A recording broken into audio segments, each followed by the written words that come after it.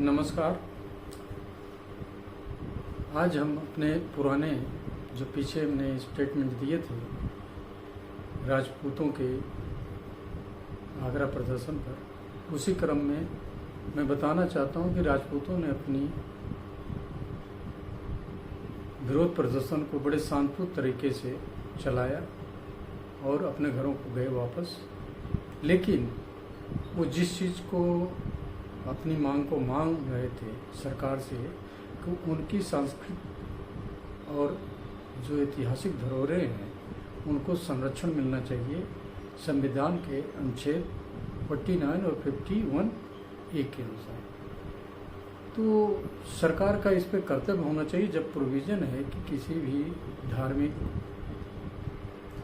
और सांस्कृतिक ऐतिहासिक धरोहर का प्रोटेक्शन है, तो राजपूताने का जो इतिहास है वो भारत की एक धरोहर के रूप में है जिसको सरकार को संरक्षित करना चाहिए।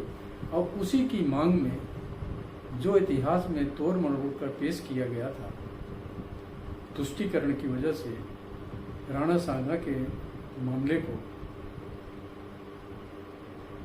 तो वो सच क्या है ये सभी जानते हैं, लेकिन इस तरीके की स्टेटमेंट हमारे सम्मानित लोगों को सोच समझ के देना चाहिए, क्योंकि वो भी इतिहास भी भारतीय धरोहर है जिसमें इस तरीके के स्पीच और इस तरीके के स्टेटमेंट से गलत संदेश जाएगा देश में और विदेशों में।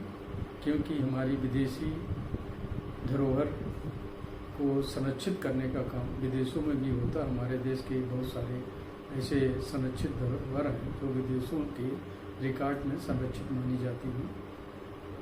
इसीलिए मैं कहना चाहूँगा जो विरोध हुआ आगरा में, शांतमय विरोध, और उसको राजनीतिक रूप जो दिया जा रहा है, अब उस राजनीति का कुछ न कुछ उसके ऊपर एक्शन होना चाहिए कि राजनीति नहीं करनी चाहिए।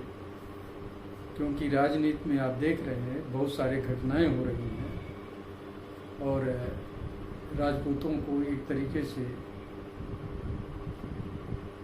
कुछ पार्टियां ये मान रही हैं कि वो आपराधिक प्रवृत्ति के हैं और बीजेपी के बहकावे में बीजेपी के डमी लोग हैं, ये स्टेटमेंट दिए जा रहे हैं। लेकिन दूसरी तरफ अम्बेडकर जी की जयंती पर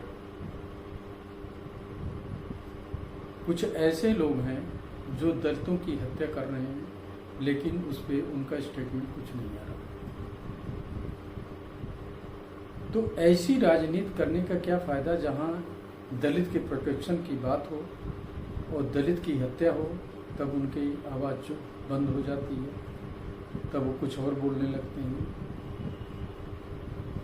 तो हमारे देश के सभी वर्गों को, चाहे हिंदू हो, मुस्लिम हो, चाहे दलित हो, सवर्ण हो, कोई भी हो, यदि उनकी कोई धरोहर है, कोई सांस्कृतिक धरोहर है या कोई उनका जो संरक्षित होने वाली चीज़ें हैं जो विलुप्त होने से उनके अस्तित्व को खतरा होता है, उनको संरक्षित करना चाहिए, उनके अधिकारों से उन्हें वंचित नहीं करना चाहिए।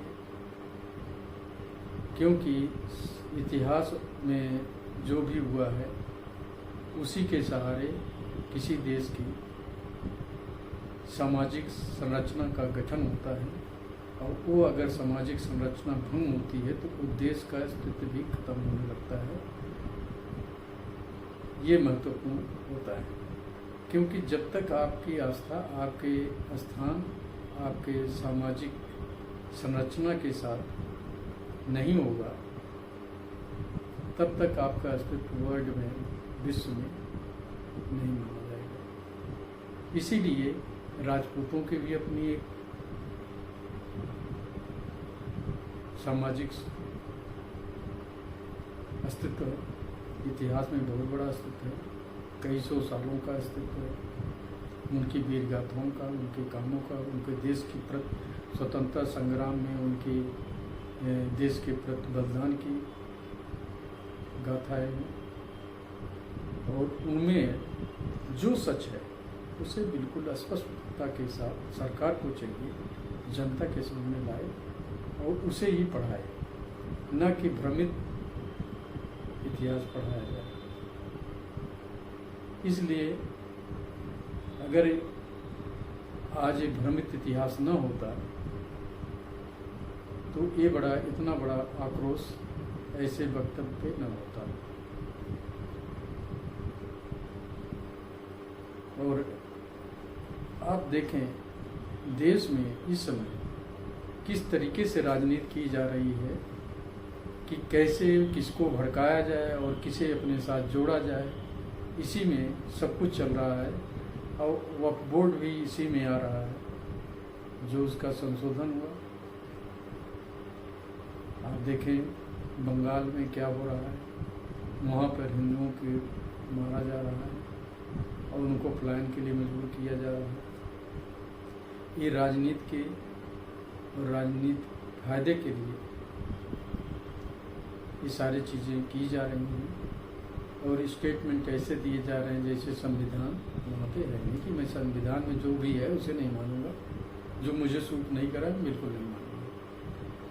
तो अपने अनुसार संविधान को मानने की छूट किसी को नहीं होनी चाहिए।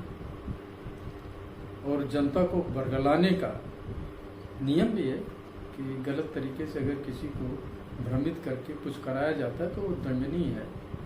उससे अगर असंतोष होता है और किसी तरीके के दंगे भड़क सकते हैं और समाज में कोई क्षति हो सकती है, वो दंडनीय होता है। तो उसे सोचकर इस तरीके से जो इस समय पार्टियां अपने राजनीतिक लाभ के लिए स्टेटमेंट दे रही हैं, इनको रोका जाए और देश में जो आंदोलन चल रहे हैं ये अपने आप खत्म होने लगेंगे और शांतमय जीवन सारे लोग जिएंगे।